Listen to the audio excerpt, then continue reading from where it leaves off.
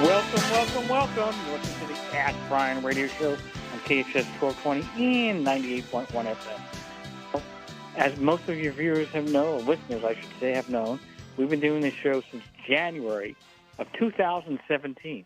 That's over 8 years. I mean, I know people that weren't even born 8 years ago. Friends, relatives, great nephew, etc. So it's been a long, long time. And each week we meet on the Ask Brien show. We try to help business owners either A, learn something about their business, could be accounting, sales, human resources, inventory, or we have somebody on board that can teach us a success story. Hey, I started the XYZ company, and I started out with no employees, and now I have 80 people working for me and making $6 million a month. So that's what we try to do each week, and we try to help business owners learn something about business. But everybody asks us why Ask Brien is spelled with an E. Now, I'm going to ask Andrew, who is now totally on the spot, who rarely is our engineer, big E there. That's right. You can't do the show without me. Well, you probably Absolutely. could. But now, Andrew has listened to a few shows, so he may or may not know one or two reasons why. And what he does not know, we will fill in. So, Andrew, do you know any reasons why Ask Brien is spelled with an E and what the E would stand for? Well, let's go with education. Isn't the show educational? Absolutely. You could actually do another ding, ding, ding for that. All right. Yes, this show is educational to try to – exactly. Is that am I on a game show? Yes, you are. Tell him what he's won. All right. So good. I move on to the next round. All right. Now, any other reasons that the E, or do I need to help you out here? I think you have it queued up there for. All right. So, listeners, one of the reasons each show that we have, we try to bring on somebody that's an expert. Now, to be an expert, most people say whatever your business is, whatever you're doing, you typically need 5 years to really get to know the ins and outs, the good, the bad, and have been around, so that now some of these things are coming around. They're usually coming around for the second time. It's not too usual that it's a new thing. So we calculated out that for 5 years, we calculate most people would work 40 hours a week. Then 40 hours a week, they're going to work 50 weeks a year, 2 weeks off for vacation. That's 2,000 hours. And since it takes about 5 years, that's 10,000 hours. So we've determined to be an expert on our show, you need a minimum of 10,000 hours. But another big E is for entrepreneurs, and entrepreneurs, for those people, which most of us are, we're running our own business, very rarely is it going to take us 5 years to get to that 10,000 hour total, because we're working 60, 70 hours a week. So it might take us 2-3 years to get to that level. And so that means that we can become an expert in less than 5 years. So that's one of the reasons why Brien is spelled with an E, as opposed to spelling it B-R-I-N or B-R-Y-N. It's spelled B-R-I-E-N for these E's. Now, there's another one, and before, so our guest is aware and Andrew knows, before I get anybody's eardrum going, it's all because in order to have a successful business, you have to be excited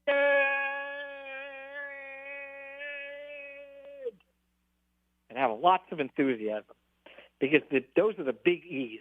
If you have that kind of excitement, that kind of enthusiasm, you're going to have not an E, but a P for passion. And you need passion. That's one of the goals to be successful. There are a lot of other E's, but we do have a great guest here today, and I know she's waiting to join us. On top of that, she's probably saying, I don't know how I got involved in this place. I'm going to have to talk to the person who told me about the show. But if she's still there, are you there, Typh? Yes, I'm here. Okay. So we didn't scare you away. Not yet. And we do like to have a lot of fun on the show. We normally have a co-host. My co-host is I don't know if it's incognito or abandoned, but he's not here today. So we'll have our own little shtick here today on our show. So first of all, Typh, I know you have a couple of things going on business-wise, but I want to quickly go over your biography, who you are, and how you got to where you are. So if you can go over that for a couple of minutes. I think the audience needs to kind of warm up and know who you are and what you're doing. So if you can give us a little background. Sure. So I'm from Brazil, and I started working really early because actually I studied I had this technical course with graphic arts. So that's how I started my career, graphic arts and packaging. And then for me to graduate this course, I had to start working already as an trainee for a Belgian company. And then from there, I studied design, packaging design. And then from there, I went to computer engineering and then MBA with marketing. But I work with the packaging industry since 1999. So I think I passed your 10,000 hours expert minimum hours that I have to be considered as an expert. So it's 26 years now that I've been working in the same industry. And so because I was born in Brazil, so of course my first job was there. And but since my very first job, I worked with all Latin America countries. So it's really interesting because each country has its different perspectives and culture and everything. But since then, I was always working with the technology part of it, software wise.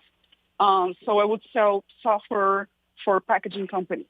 And recently, I mean 7 years ago, I moved to Mexico, and I'm working with a Mexican company here, and I also have my consulting business, and it's all connected to packaging. So that's my area of expertise. Now, I mean, this is a very minor point, but Brazil, because I've been to Brazil, I've been to Rio de Janeiro, I've also been to São Paulo, probably the two largest cities in Brazil. They speak Portuguese. They do speak Spanish too, and a little bit of English. But I mean, Portuguese is the main language there. And I remember I was there, and I went in to get a haircut, and the person only spoke Portuguese, but the person also spoke Spanish. So I had to speak to the person in Spanish to get my haircut, and I had to have someone translated.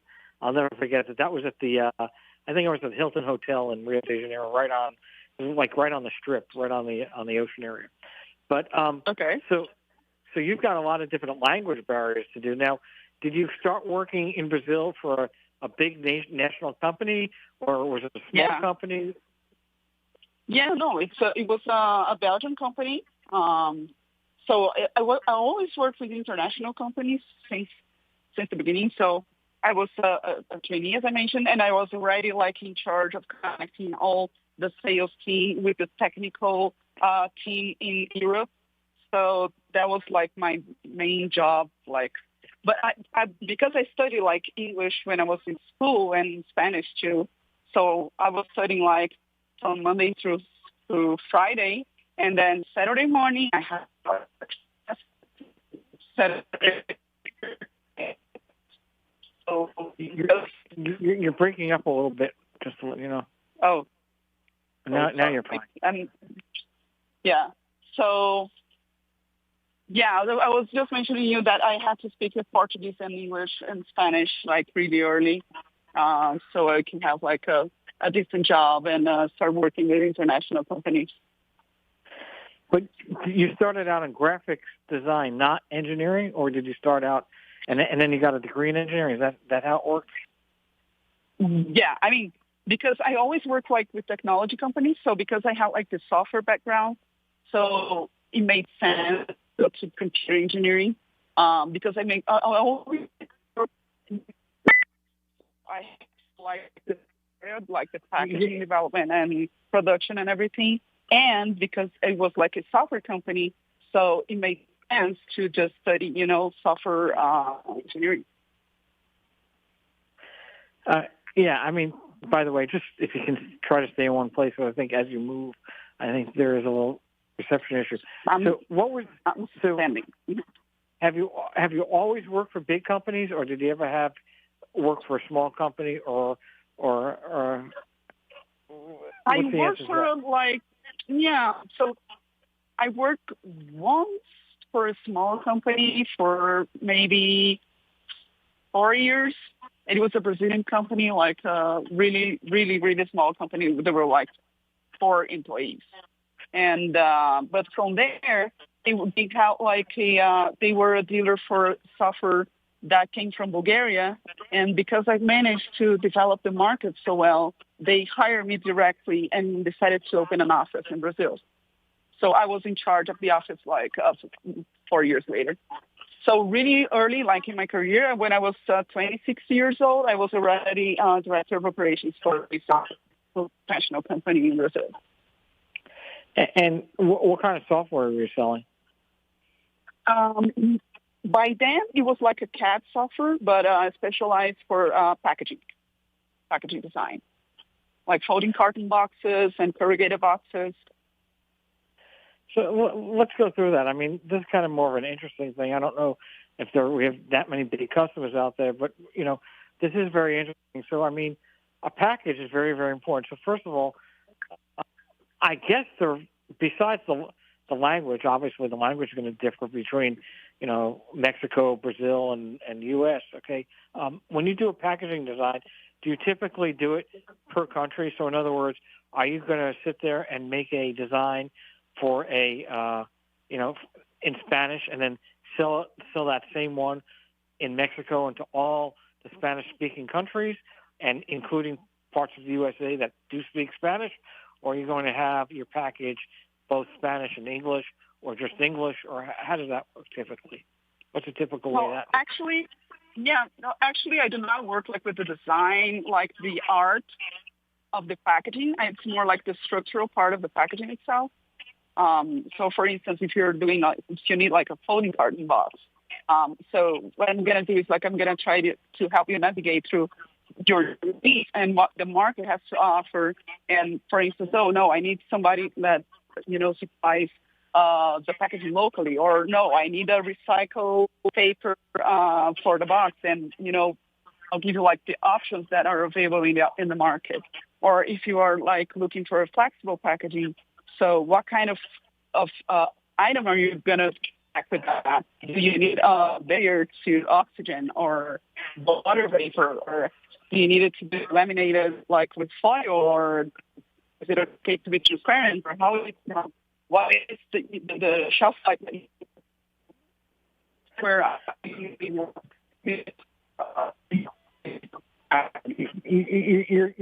fading out. You're fading out a little bit. I think it's either that you're moving or that you have your earpiece. It's one of the two. Because when you talk directly, I think we're fine.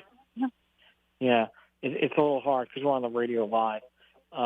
Just to try to help everyone and so everybody can understand what you're saying clearly.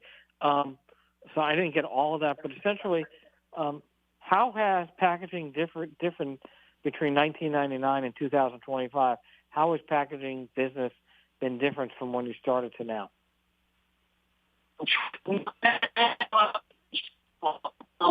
Way back then, so packaging, it was like kind of limited because the price, you had to choose between quality or good price, because there are different techniques of printing way back then that the technology was not so good. And then like 2010 maybe, it got better.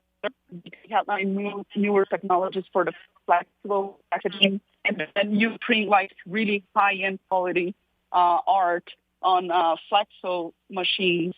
And there was like when we had this boom of flexible packaging consumption, and then now people are hating plastic, so they're going back to paper and paper-based packaging. So the trends change a lot. And besides that, one thing that really changed too is like the quantities. So back in the 90s, so people would order like huge amount of packaging because they just wouldn't change the design that frequently. And they would have a better price if they just buy like bigger quantities. And nowadays, that's like of course, they are concerned with the cost of it, but because there are changes so frequently, so they buy in lower quantities because otherwise they're going to have like in stock packaging that are obsolete. So that's a big move too that we had in the packaging market in a few years. Do you think that, so I imagine from what I'm seeing in the industries, right, is that everything is done quicker, right? Quicker and more cost-effective now. That's what technology is doing. So do you think that is the reason why people are switching to lower quantities? Actually, I think they're more,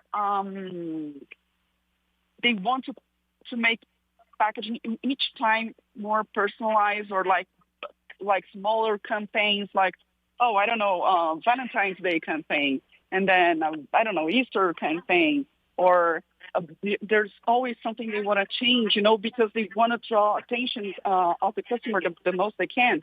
And the packaging is like the last contact point that you have with your consumer before they choose what they're going to buy in the supermarket. So it's really important that the package stands out. And so you have to always be aware of what your competition is doing. So you always like making changes in your packaging. So I believe that's more into that direction, into personalization and smaller campaigns than any other now. But how can you personalize? Because, you've got economies of scale, right? So one issue is, you want to make 10,000 versus 10 million. The cost isn't that much more based on printing, right? It's just the actual stock and product that you're using. So I would think that cost-wise, it's going to be very hard to do small quantities to personalize it. So therefore, the packaging cost is going to go up if you try to personalize it to that level. Is that correct or not? Well, yeah, it's going to be a little bit more expensive, of course. But in the other hand, if you do not change with the market, then you don't sell your product. So you have to adapt. So one of the things you mentioned, we only have a minute left, so I just want to quickly go over. So you said there was a lot of plastics, type of packaging up until 2010. Then it switched more towards paper. Is that because of the recycling and the environmental concerns? So exactly. That was the main reason. Yeah. So people now just participating on this trade show in California called Expo West. So the whole trade show is for natural foods, natural and organic foods. So this industry is like the first one that is seen to having more expensive package, but they're like amicable to the environment. So that's a big trend that we are having now. And the plastic industry is trying to catch up with that, like making compostable, biodegradable structures and still keep like the same technical needs that the customer needs. Oh, sorry, a little bit. And but for now, like the bigger players, they're moving to a folding carton, like paper box. We got to take a quick break. We have some more questions to ask you. You're listening to the Ask Brien radio show on KTS 1220 and 98.1 FM. We'll be right back. Welcome back. You're listening to the Ask Brien radio show on KTS 1220 and 98.1 FM. Like no other station in the world. That's what they are. Like no other station in the world. All right. So, Ty, I want to switch gears a little bit. You have a company, I believe this is your company, Bardal Consulting. Is that your company? Yes. So when did Bardal start, and what do they do?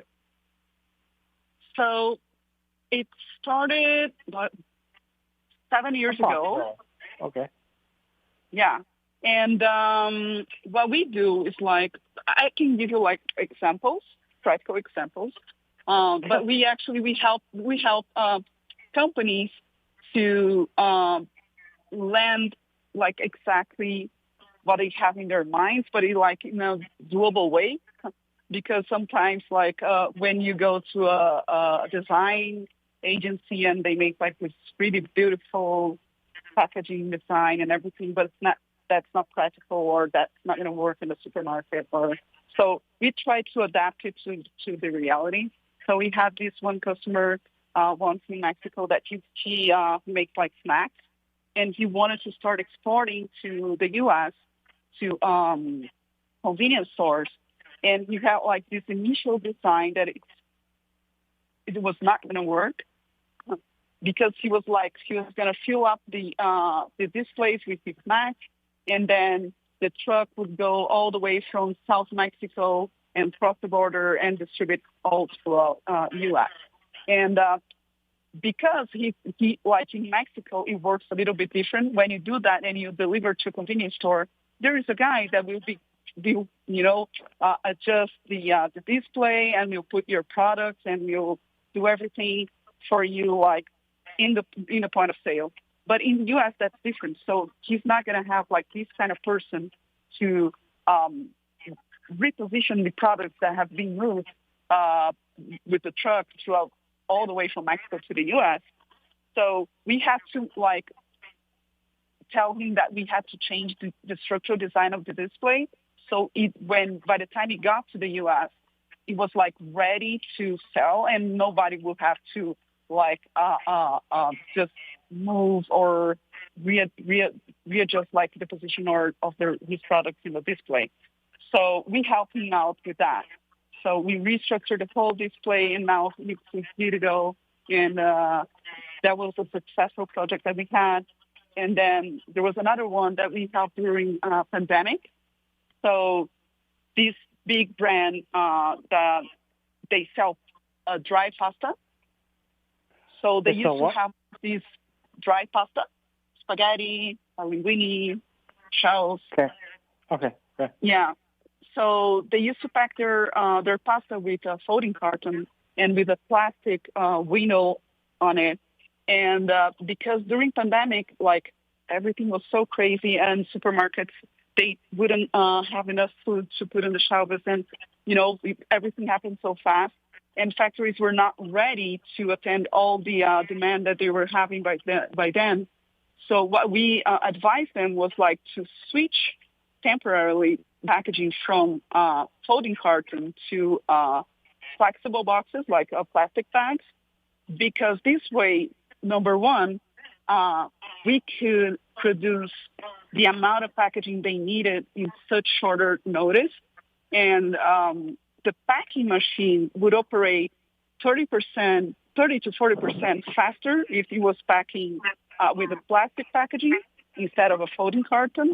And they would save 30% of money in transportation because he wouldn't be transporting air. Because of the plastic packaging, that's way better to the product, and you're not like carrying and paying to transport air. So these are, the two ones that it comes to my mind now that we did help like a lot the customers, and we had really good results on that one. Wow. And let's go over a couple other things here. So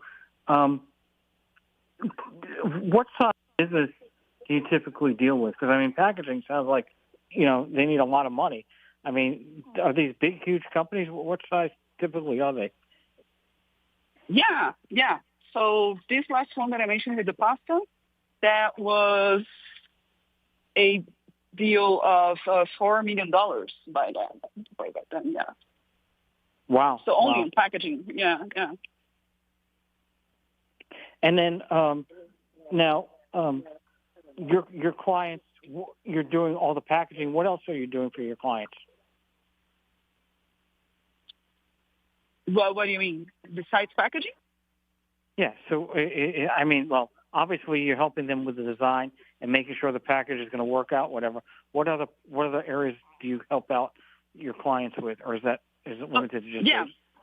Yeah, sure. So we help them source packaging from all parts of the globe. So depending on the needs of the customer, we can bring packaging from China, from Turkey, from Dubai, so Vietnam, and it depends on what kind of packaging it is, what is the lead time they need, how sophisticated they need it to be, or how quick they need it, to be delivered. And so we help them out with that in that direction too. So we can help them source packaging from all over the world. And what is the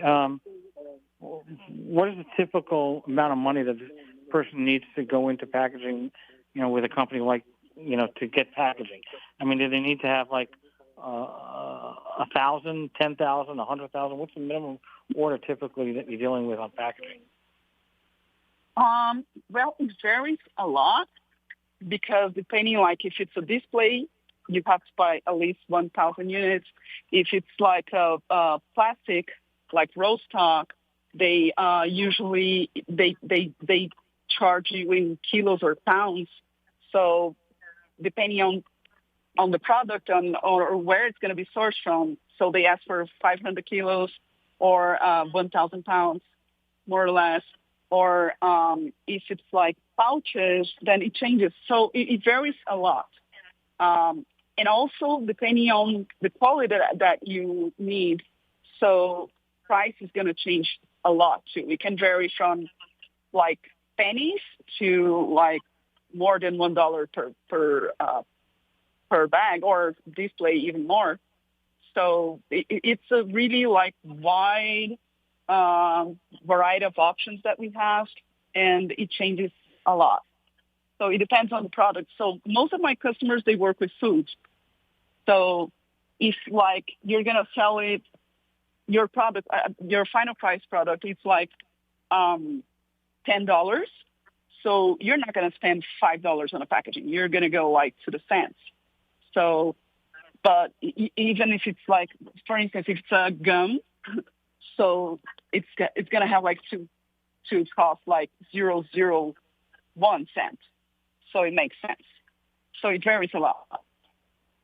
All right, we've got to take a quick break to listen to the Ask Brien radio show on KHS 1220 and 98.1 FM. Now a word from our sponsor. Take it away. And the Ask Brien show wants to say thank you to their sponsor, LegalSteps.com. It's spelled LegalStepz with a Z.com. A lot of great things about LegalSteps.com. First of all, it's quite affordable. If you're in the position where you want to start your own business, certainly there are other methods that you can use. You can hire an attorney, but that's expensive. You can maybe look up some books, head online, start researching things on your own, but you're only going to get so far. For instance, if you have a book, certainly it's cheaper to do that, but then you have to kind of figure out how to do it on your own. What I love about Legal Steps is that if you can't figure it out, they will do it for you. They, by the way, being experts and attorneys who have over 30 years experience. So you know that you're in good hands. You know that you're not just working with someone who is just trying to, cash your check. They have your best interest in mind, and they will do it at an affordable rate. Classes are under $150 each. So again, like I mentioned, certainly go get a book, but now you're on your own. This way, with LegalSteps.com, you are able to literally follow along. You have it on your computer screen. You can have maybe another laptop, even a workbook, take notes, that type of thing. And you're watching someone walk you through each and every step. Here, this is what you fill out for this little spot right here. Make sure you dot your I's, cross your T's, that sort of thing. So they're really holding your hand through this experience. All courses reviewed by those attorneys that I mentioned. And you can look into registering a trademark, forming an S corporation, an LLC.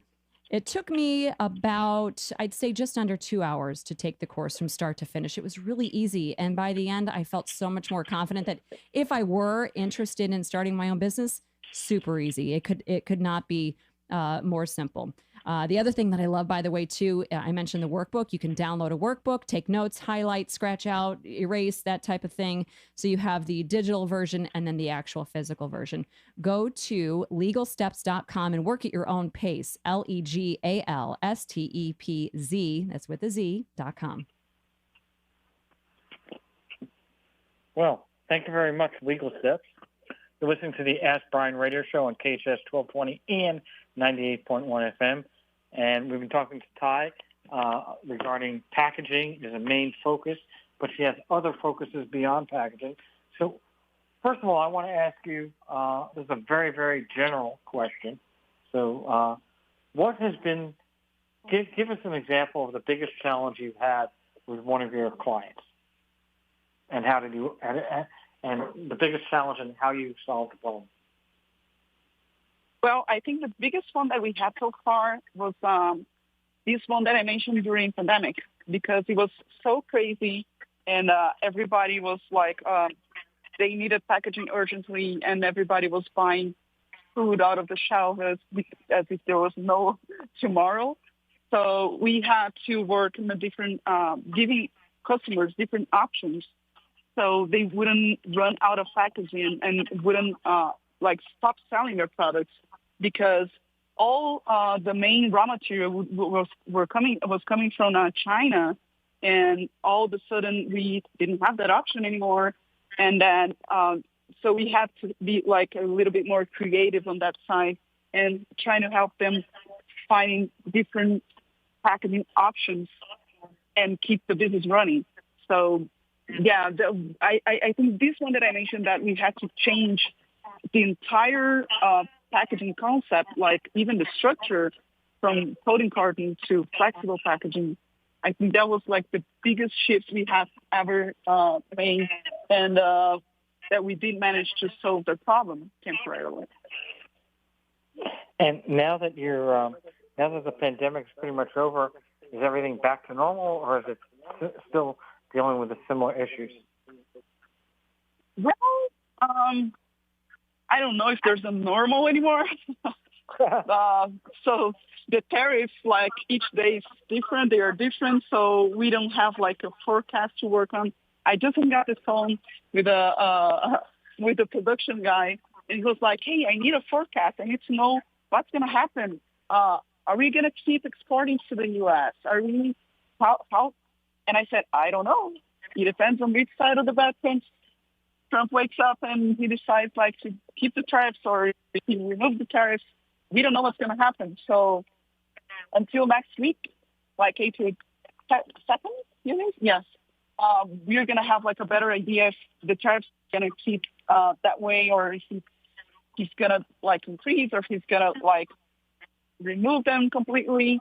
So the most complicated thing we have right now is forecast. So what time period do you typically need? So for instance, I understand this is kind of a tricky issue now. So he says, "Hey, I want to have a tariff, whatever, and it's going to be 25% across the board." Well, then you may not be able to provide that product because the cost may kill the operation. I mean, how much of packaging is into the product itself? What percentage? The cost? The percentage. Yeah, exactly. Yeah. Well, yeah. Again, it varies a lot. But I would say it wouldn't be higher than 5%. In general. Yes. And yes. but the tariffs that they're talking about, those are tariffs that are actually going to your products, because I thought it was. Yes. I was thinking it was just finished goods, but it's not just finished goods. So if you're selling packaging to USA and they decide to have a tariff, that's going to include that cost. That even though it's part of the product itself, it's just a piece of the product that's still going to be included as a tariff. Correct? Yes, that's correct. And it was a 20% increase on the packaging cost. That's like, I can understand how that makes it a little bit tricky until we know. And the point is, we may never know, because I think it's just part of negotiation going back and forth. And I want to get too political, but it's part of the negotiation process. His book, The Art of the Deal, and so they're going back and forth to try to get the best to understand the negotiation. All right, we got to take a quick break. You're listening to the Ask Brien radio show on KHS 1220 and 98.1 FM. We'll be right back. We're back. You're listening to the Ask Brien radio show on KHS 1220 and 98.1 FM. And our guest, Ty. So, actually, before we get started, Ty, if people wanted to connect with you, if people did have a packaging issue or want just consulting on various items, how can they connect with you and reach you? They can reach me to my email. It's team, as today, D as in ball, at bardalconsulting.com. Bardal is B as in boy, A, R, D as in day, Bardal consulting.com. So I'm available to this email. And also to the website, it's bardalconsulting.com too. Okay, that's great. So we were mentioning on our break that some of your clients are a little bit concerned right now. The big issue for you is, with the tariffs changing back and forth, and they need alternatives. So let's put the tariff issue on the side and just say, so what alternatives do people have if they're not sure whether or not the tariff is going to take effect to protect themselves? So what I'm been working now is so most of my customers, they're looking for local packaging suppliers in the U.S. So, but that's not like a quick thing to be done. So, but now that there's so much uncertainty, what they're doing is like they are developing and approving new suppliers as faster and as quick as they can, and as many different suppliers as they can at once. So they're not, caught like with no option at all or having to pay like 20% more in their packaging costs. So besides going through all like art approval, specifications approval, running tests and everything, so they have to be sure that the suppliers have all the certifications they need, and then that they have the raw material to produce what they need, and the lead time that they need. So it's a bit complicated. I think that people that work with packaging, that buys packaging, people that buy packaging, they know what I'm talking about. Like, it's not an easy process. It's not a quick process. But now we are struggling. Like, we have to do it as quickly as we can. So they have alternatives to supply their packaging. And is there anything on the table for different types of products? We mentioned they started out with plastics. Now they're going to, paper in the box and the fold. Is there any other areas that you see in the future? And how is AI going to affect this industry? That was a big question. Okay, so now what I see that it's the plastic industry is investing a lot of money in trying to make like plastic eco-friendly. So we do have like a few options available in the market, but because there's like a new product, it's still really expensive. So only a few brands are willing to go into that direction now, because it would increase a lot the final price of the product. And but yeah, things are evolving, and I think really soon we're gonna have more biodegradable or compostable plastics, and that will help industries like it and lower its cost, and consequently we have less garbage or less material that we cannot recycle on planet, and with a good price. So meaning that the smaller companies will be able to be eco-friendly and, still have a good price on the products. And with the AI for the packaging, I think, I use AI for everything now, even to answer my emails. And what I think that now it's doing, it's like maybe finding alternatives and like, I have like quick questions. I have this product and this is my cost, and I need to find a packaging for it. Just ask AI and it will give you like a good idea of the direction you can take. But in the market itself, I don't think it's fully developed yet. I've been trying to hire an AI to work for me. They do have tools that work to sell business to business, but not like this kind of product yet. So we do have great products for AI sales agents that sell software, for instance, but it's still not a thing for the packaging industry yet. All right. Unfortunately, our show has come to the end. You're listening to the Ask Brien radio show on KHS 1220 and 98.1 FM. We had a great guest, Ty, and if you want to listen to the show, you can. But unfortunately, our show is over. Roger, over and out. Thank you for listening.